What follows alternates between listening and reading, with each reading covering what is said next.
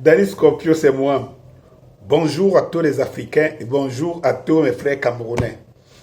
La guerre secrète entre la France, la guerre secrète de la France-Afrique, qui s'est déportée à Etoudi, prend une ampleur. Quand je le dis, il y a des gens qui ne comprennent pas ce que cela veut dire. Partagez massivement toujours mes vidéos parce que le meilleur avenir, ça se construit ici. Alors, qu'est-ce qui se passe? Pour ceux qui ne connaissent pas l'homme à la punk, Ngongo, c'est l'homme à tout faire. C'est celui qui dirige le Cameroun depuis au moins 5 ans. 4 ou 5 ans. Il faut que les gens le sachent. Il est le protégé de la première dame du Cameroun, dont nous savons qu'elle tient le mari de main de fer. Lequel mari qui est grabataire, n'a plus toutes ses facultés physiques et que sais-je encore. Résultat, l'homme à tout faire, Ngongo, qui a la dérogation du président de la République du Cameroun, qui signe tout sur haute instruction du président de la République du Cameroun, est donc celui qui est au banc des accusés, pas simplement au banc des accusés. Je ne vais pas beaucoup épiloguer sur les fameuses 440 millions par semaine de rétrocommission.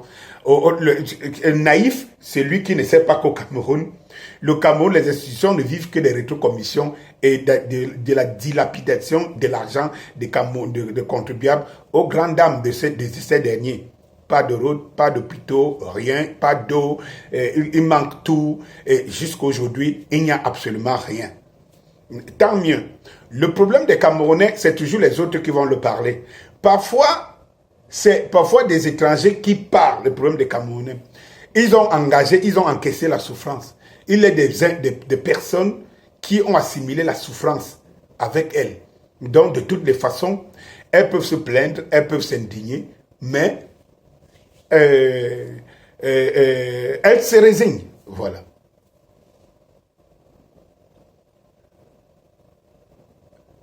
Mes chers frères et sœurs, la seule personne, une des personnes du pouvoir qui doit, se sentir être victime de la nomination d'un général au Cameroun, d'un général français au Cameroun, c'est effectivement Ngongo et sa bande. Les gens ne voient pas venir. Beaucoup ne voient pas venir.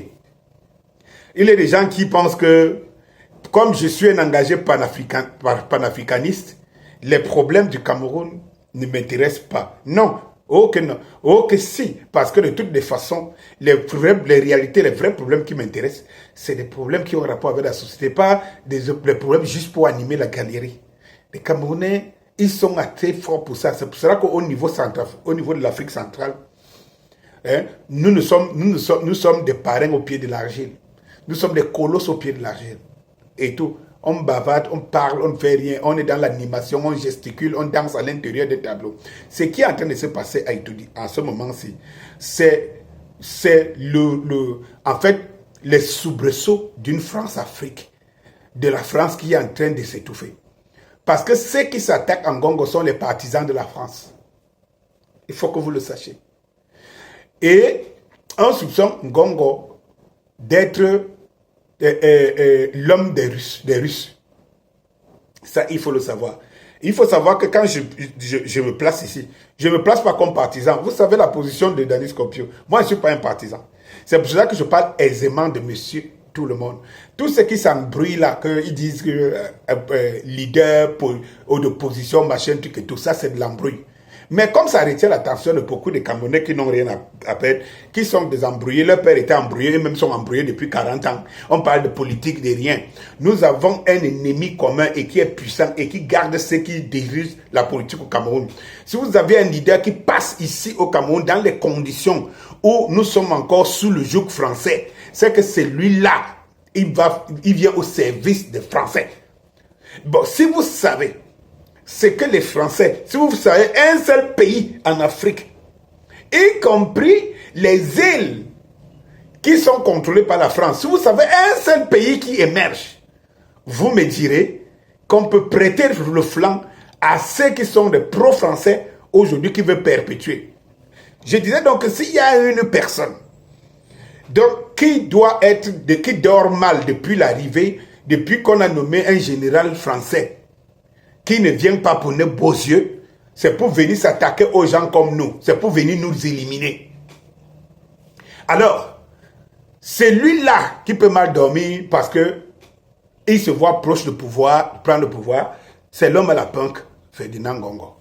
Il faut qu'on le sache. Donc la querelle qui est autour de Ferdinand Ngongo, c'est une querelle entre l'Afrique, entre la France et la Russie, qui se déporte entre les pro-français et le pro-russe qui est Ferdinand Ngongo. Il faut savoir que pendant que l'Afrique est en train de s'émanciper, pour aller regarder ailleurs, vous n'avez pas remarqué, vous ne remarquez pas que le Cameroun est resté. On donne l'impression qu'on signe des accords avec la Russie, mais on ne bouge pas beaucoup, hein, il faut le savoir. Et que beaucoup, au moment où je vous parle, ceux qui vont combattre ici ne sont pas les Français. Ce sont les Camerounais dont vous pensez qu'ils sont pour l'évolution de notre cause. Parce que la politique africaine française privilégie certains Mongols, préfets et sous-préfets, comme Kaka Déby, comme Ouattara et tout cela, qu'on positionne, et c'est pour leurs intérêts. Donc ils n'ont aucun intérêt que le pays tombe entre les mains, ou bien que les pays soient plutôt penchés du côté de la Russie. Parce que du côté de la Russie, il y a quand même un certain lâchement, une certaine coopération entre les États. Parce que la Russie appartient à un grand bloc qu'on appelle les BRICS, qui sont près de plus de la moitié du monde. Et donc, beaucoup de pays africains sont en train de faire leur entrée, sud-américains sont en train de faire leur entrée, asiatiques, y compris les alliés des Américains et des Occidentaux d'hier, comme l'Arabie Saoudite. Eh bien, si les gens qui regardent ça sur le prisme local, ça veut dire, oui, Ngongo, c'est l'homme le beau bien, oui, oui, on va l'arrêter. Les qui veulent le faire arrêter? C'est le clan des franquistes. C'est le clan des franquistes. Donc, les gens, c'est bonnet, blanc, blanc, bonnet. À nous maintenant, nous, de regarder et de voir où est notre intérêt. Où est notre intérêt? Ceux qui veulent donc arrêter Ngongo, où est notre intérêt? Personne n'est blanc parmi. Mais il y a un clan, fut-il minoritaire, qui est dans la même perspective que le vent qui souffle en ce moment, le vent de la révolution du monde. C'est pourquoi maintenant, imaginez que, je vous rappelle, que l'ambassadeur français Guilou qui venait de partir avait son second bureau à Etodi. Et ça ne se passait pas très bien. Vous avez vu comment Macron a été reçu. Dès son départ précipité, il nomme un général comme ambassadeur au Cameroun. Dès l'arrivée de ce général, qui est accepté, Ngongo, qui est l'homme le tout puissant et qui a osé tenir tête aux franquistes, jusqu'aujourd'hui, se retrouve dans une situation où il ne reste qu'on se lève un matin qu'on entend qu'il a été arrêté. Il a été pris. Parce qu'il doit être sacrifié. C'est le rôle du nouvel ambassadeur de France au Cameroun. Parce que c'est lui qui favorise l'accès à la coopération avec la Russie. Donc la France est derrière cette manœuvre. Ne soyez pas naïfs. Ceux qui seront en train d'exploser, qu'on arrête Ngongo ou pas, ça ne me change absolument à rien. Mon problème, c'est vous. Le problème, c'est nous, le peuple. Ils peuvent s'arrêter, ils peuvent s'entretuer. Mais si nous, le peuple, nous sommes prêts à aller de l'avant. Mais si nous sommes là qu'à supporter, à être des fanatiques des uns et des autres, oh, celui qui a fait arrêter Ngongo, on applaudit. Alors que celui-là, il vient avec le tout méchant loup derrière lui. C'est ce qui s'est passé avec Damiba. au Burkina Faso. Dès qu'il renverse Roch-Marc Kaboré, les gens, la population applaudit. Mais il ne se pose pas la question qui est Damiba et pour qui il roule. La preuve est que même ses collègues armés qui l'ont donné, vont prendre le pouvoir, sont surpris. Quand ils se mettent directement sous la coupe de Ouattara et sous la coupe des Français. Et je vous ai montré dans une vidéo que peut-être que je vais remontrer, que tous, que ce soit Damiba et tous avaient les mêmes insignes de croix et gammés des loges que vous connaissez. Alors, ce que je voudrais vous dire, si je vous interpelle pour dire que ce qui est en train de se passer là, soyez vigilants. Vous qui êtes des moutons là, qui suivez toujours le vent.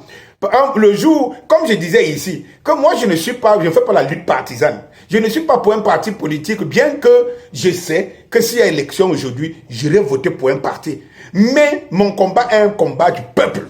Et en tant que combat du peuple, je ne me fais pas berner par cette mascarade. Savez-vous combien de présidents maliens les Maliens ont renversé et à chaque fois l'autre qui venait, ils applaudissaient et ils pensaient que c'était le bon. C'est jusqu'à ce qu'ils tombent sur le bon aujourd'hui. Donc, ne soyez pas naïfs à croire à ces gens. Et je vous avais donné des indices que je donne toujours, je mets toujours sur mes vidéos. Si vous savez qu'un de vos leaders appartient à des loges occidentales et tout, ne croyez en rien, soyez encore des imboucs. Ceux qui sont en conclusion en train de vouloir renverser l'homme à la punk sont justement ceux du camp de la France qui veut que les choses ne changent pas. Parce que si vous avez la France derrière vous, c'est que vous avez décidé que les choses ne changent pas pour le bien.